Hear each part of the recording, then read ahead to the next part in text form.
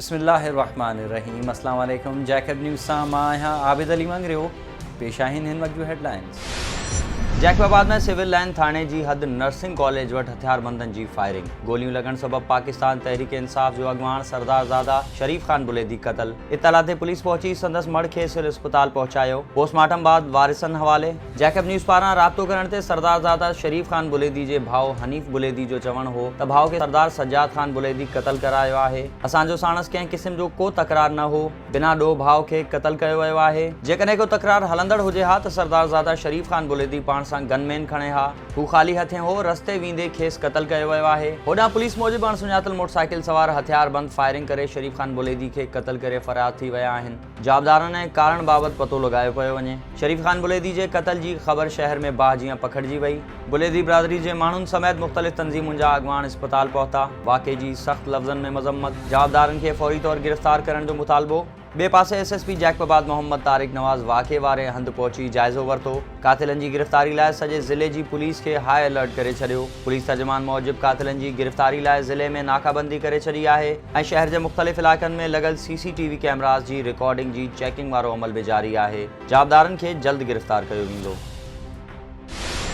समाजी अॻवान हाजी शेर मोहम्मद मुग़ैरी पारां शिया उलमा काउंसिल जे अॻवान बंदे अली जाफ़री सां संदसि अमर जे लाॾाणे ते ताज़ियत कंदे ॾुख जो इज़हार कयो वियो। इन खां अॻु मुख़्तलिफ़ बिरादरियुनि में थियल फ़ौतगियुनि ते संदनि घर पहुची वारिसनि सां ताज़ियतूं पिणु कयूं। वफ़ाक़ी वज़ीर सरदार मोहम्मद मियां सूमरो जी भेण मलिहा मलिक जी एक्सीएन सैपको जैकबाबाद साबिर बुगटी सां मुलाक़ात। अणएलानियल ब्रिगी लोड शेडिंग ॾंड ऐं ॿियनि मसइलनि ते ॻाल्हि ॿोल। एक्सीएन पारां मसइला हल कराइण जी ख़ातिरी। दोदापुर वेझो ताजो देरो थाणे जी हद ॻोठ जाफ़र मुंदराणी में चोरनि पारां मेंह चोराइण दौरान घरधणी सुजाॻ थी पिया। भाॻियनि ऐं चोरनि में फायरिंग जी ॾे वठि। ॿ चोर फ़रार, हिक खे ॻोठाणे पकिड़े वरितो। मारकुट बाद पुलिस हवाले। चोर ॻोठाणे ख़ादिम बिरोही जी मेंह चोराए रहिया हुआ त भाॻिया सुजाॻ थी पिया ऐं चोर मुजीब मलकाणी खे पकिड़े पुलिस हवाले करे छॾियो। पंगरियो में छिते कुते नींगर खे ॾाढे ज़ख़्मी करे विधो। ॻोठ भूरो जणेजो में छिते कुते रांदि कंदड़ मासूम नींगर नूर मोहम्मद जोणेजो खे ॾाढे रतो रत करे छॾियो। नींगर पंगरियो अस्पताल मुंतक़िल। वैक्सीन न हुअण सबबि ॿार जी हालत ॻणिती जोगी थी वई। वारिस सख़्त परेशान। शिकारपुर जे अॻूणे MNA ऐं नेशनल पार्टी जे सूबाई सदर डॉक्टर मोहम्मद इब्राहिम जतोई चयो आहे त इमरान सरकार अॻूणनि हुक्मराननि ते इल्ज़ाम लॻाए पंहिंजी जान छॾाइण जी कोशिश करण में रुधल आहे। संदसि हुकूमत खे 3 साल थियण वारा आहिनि। ॿुधाइनि त अवाम लाइ कहिड़ियूं आसानियूं पैदा कयूं अथनि। महांगाई ऐं बेरोज़गारी सबबि ॾोहनि में बि इज़ाफ़ो थी रहियो आहे, जंहिंखे रोकणु लाज़मी आहे। अहिड़े ख़्यालनि जो इज़हार हुन शिकारपुर प्रेस क्लब में सहाफ़ियुनि सां ॻाल्हाईंदे कयो। इन मौक़े ते अली हसन जोतोई, ग़ुलाम हैदर बिरोही ऐं अब्दुल रशीद शर बि मौजूदु हुआ। गाज़ी अहमद में पीरसन जो पोटरनि समेत व्याजिन ख़िलाफ़ एहतजाज। ॻोठ सईद हुज़ूर बख्शा वासी पीरसन उस्ताद मोहम्मद अयूब धारेजो पंहिंजे पोटरनि मज़हर अली धारेजो ऐं अज़हर अली धारेजो सां गॾिजी एहतजाज कंदे चयो त पुट उस्ताद दोस्त मोहम्मद धारेजो व्याजिन तोतल जतोई ऐं रज़ाक जतोई खां 2-3 लख रुपयनि जो व्याज वरितो हो ऐं असीं ज़मीन खपाए 48 लख रुपया अदा कया, पर तंहिं बावजूदि व्याजिन पारां आजो न करण सबबि मुंहिंजे पुट आपघात करे छॾियो ऐं हाणे साॻिया माण्हू 35 लख रुपया तलब करे रहिया आहिनि ऐं मौतमार धमकियूं ॾेई रहिया आहिनि, जन ख़िलाफ़ कार्रवाई करे असांखे तहफ़्फ़ुज़ फ़राहम कयो वञे। बोज़ारवड़ा में पोरे जो सुई गैस जे ख़ानगी एजेंट ऐं बोज़ारवड़ा थाणे जे वॾे मुंशी ख़िलाफ़ एहतजाज। पोरियत अब्दुल मजीद दहर दाहींदे चयो त सुई गैस पारां मुक़ररु कयल ख़ानगी एजेंट इमरान अंसारी खे गैस जे बिल लाइ 11,000 रुपया अदा कया, जंहिं बिल अदा करण बजाए रक़म हड़प करे छॾी। SSP खे शिकायत कई, जंहिं थाणे ते मोकिलियो त वॾो मुंशी ज़मीर शर ख़ानगी एजेंट खे गिरफ़्तार करण बजाए मूंखे हिसाए रहियो आहे। संदसि ख़िलाफ़ कार्रवाई करे मूं मिसकीन सां इंसाफ़ कयो वञे। गाज़ी अहमद में STP पारां वाइस चेयरमैन अल्ताफ़ जसकाणी जे कातिलनि जी गिरफ़्तारी लाइ रफ़ीक मला, बशीर जोखियो, कुर्बान महर ऐं ॿियनि जी अॻवानी में एहतजाजी रैली कढी वई ऐं STP अॻवान अल्ताफ़ जसकाणी जे कातिलनि ख़िलाफ़ नारेबाज़ी कई वई। इन मौक़े ते अॻवाननि जो चवणु हो त टंडो अलायार में STP जे वाइस चेयरमैन अल्ताफ़ जसकाणी खे शहीद कंदड़ कातिलनि खे बिना देर गिरफ़्तार कयो वञे, ॿी सूरत में सॼी सिंध अंदरि एहतजाज कयो वेंदो।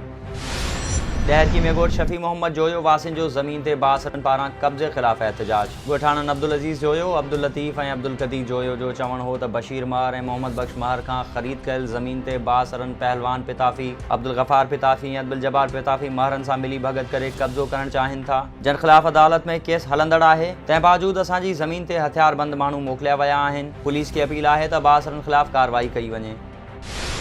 काज़ी अहमद में म्यूनसिपल कमेटी जे मुलाज़िमनि पारां म्यूनसिपल कमेटी जोही में एडमिनिस्ट्रेटर ऐं टाउन कमेटी सन में टाउन ऑफिसर न हुअण सबब मुलाज़िमनि जूं पघारूं न थियण ख़िलाफ़ Shah Latif local government federation Sindh जे सदते नबी बख्श कोसो अल्लाह रखियो जथोई जाम ज़ाहिद उन्हण ऐं ॿियनि जी अॻवानी में एहतजाजी मुज़ाहिरो कयो वियो। मुलाज़िमनि घुर कंदे चयो त जोही ऐं सन में ऑफिसर्स मुक़ररु कया वञनि त जीअं मुलाज़िमनि खे पघारूं मिली सघनि। ॿी सूरत में कम छॾ हड़ताल जो ऐलान कयो वेंदो।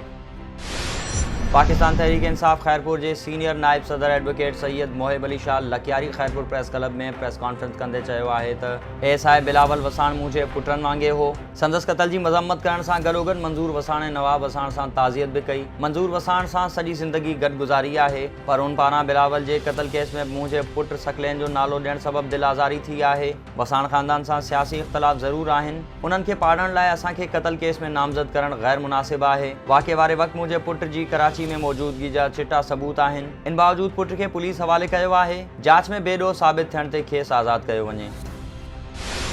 खैबर में पाकिस्तान तहरीक इंसाफ स्टूडेंट फेडरेशन पारां दादू जे MNA रफ़ीक जमाली ख़िलाफ़ एहतजाज कयो वियो। अॻवाननि दीपक कुमार जयरामाणी, आसिफ मलाह ऐं ॿियनि जो चवणो त सहाफ़ी ख़लील अहमद कुरैशी पारां हिरण शिकार वारी ख़बर हलाइण बाद MNA रफ़ीक जमाली सहाफ़िन मथां ॾमरजी पियो आहे ऐं वाइल्ड लाइफ खाते पारां कूड़ो केस दाख़िल करे खेसि हिसायो पियो वञे। असां सहाफ़ी सां गॾु आहियूं ऐं बिलावल भुट्टो ज़रदारी खां घुर था कयूं त मासूम जानवरनि जो शिकार कंदड़ ऐं सहाफ़िन मथां कूड़ा केस दाख़िल कराईंदड़ MNA रफ़ीक जमाली ख़िलाफ़ कार्रवाई कई वञे।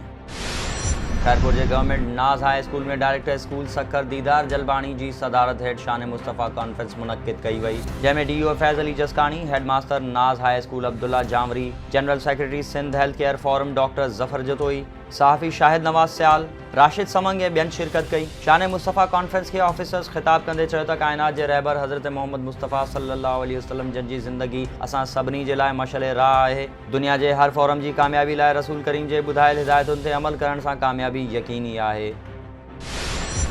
ही हुयूं हिन वक़्त ताईं जूं हेडलाइंस। वधीक ख़बरुनि ऐं अपडेट्स लाइ विज़िट कयो असांजी वेबसाइट www.jacobnewsht.com ऐं फेसबुक ते फॉलो कयो। ॾिसंदा रहो जैकब न्यूज़, ख़बर खां हक़ीक़त ताईं।